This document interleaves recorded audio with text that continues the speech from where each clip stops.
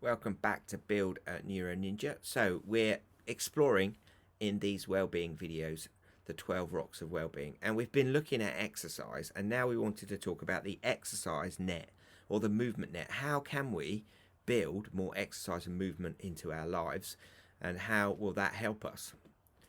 So how can I build more exercise and movement into my life?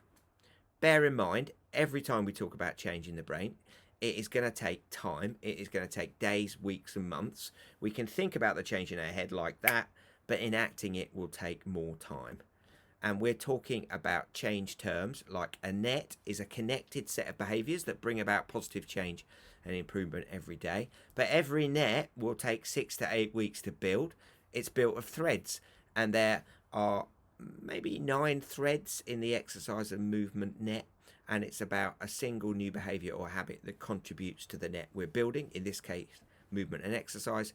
And a daily life experiment is the process of being involved and aware of how to enact the small changes each day and monitoring the progress we make.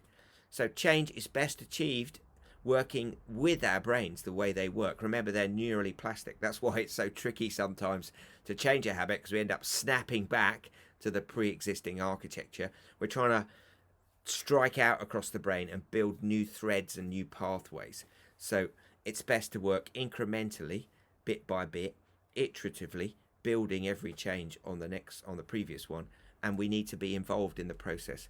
We need to focus on the change we're building this week and what our ultimate outcome is.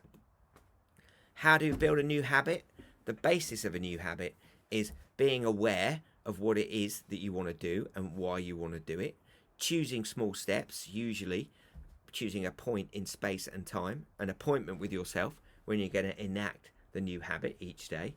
You do that enactment repeatedly for a number of weeks, and then maybe 5 or 6 weeks later, you optimize that new habit. You stretch it, you develop it, you maybe increase its length, or you do different sorts of exercise in this example. So the net to build more movement and exercise looks like this. There are 8 threads, and each thread is important. The first thread is about arguments for more movement and exercise in your life. And if you need convincing, watch the previous video about exercise and what it does for our brain and body. It's incredibly important. The next thread in developing more movement is to monitor how we're moving now. So how many steps are we doing? How many hours are we sitting about all day?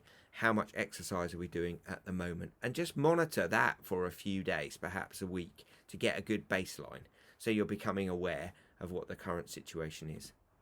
Thread 3 is all about monitoring your mood right now as well. Just spend a week just monitoring your mood. Where are you most days? Are you meh? Are you positive? Are you pessimistic? Are you sad? Are you anxious? Just monitor your mood, because there's a direct link between mood and exercise, and it'll be good to capture the impact of one on the other.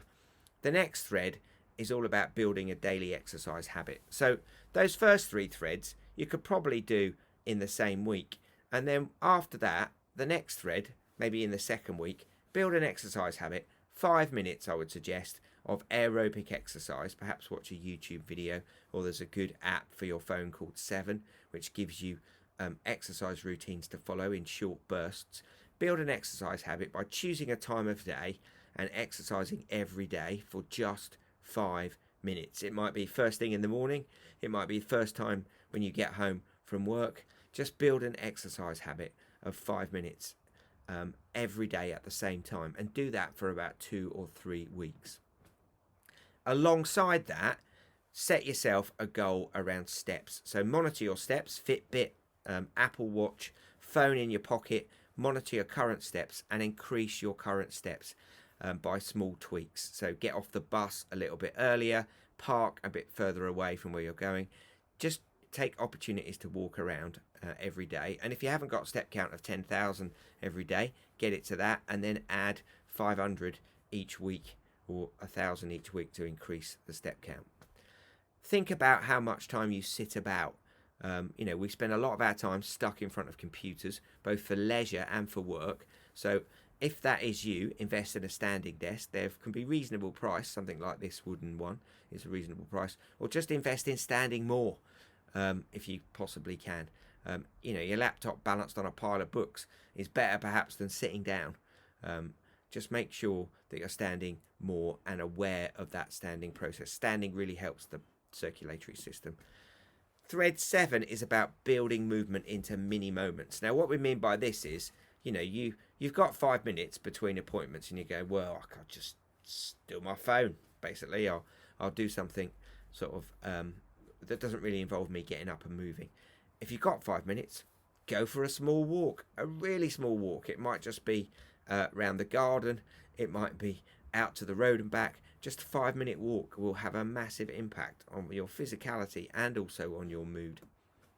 And thread 8 is, once you've been doing this for 6 or 7 weeks, then stretch the exercise habit. Maybe do longer than 5 minutes some days and start building in different sorts of exercise. Go for a cycle, go for a fast walk, go for a run.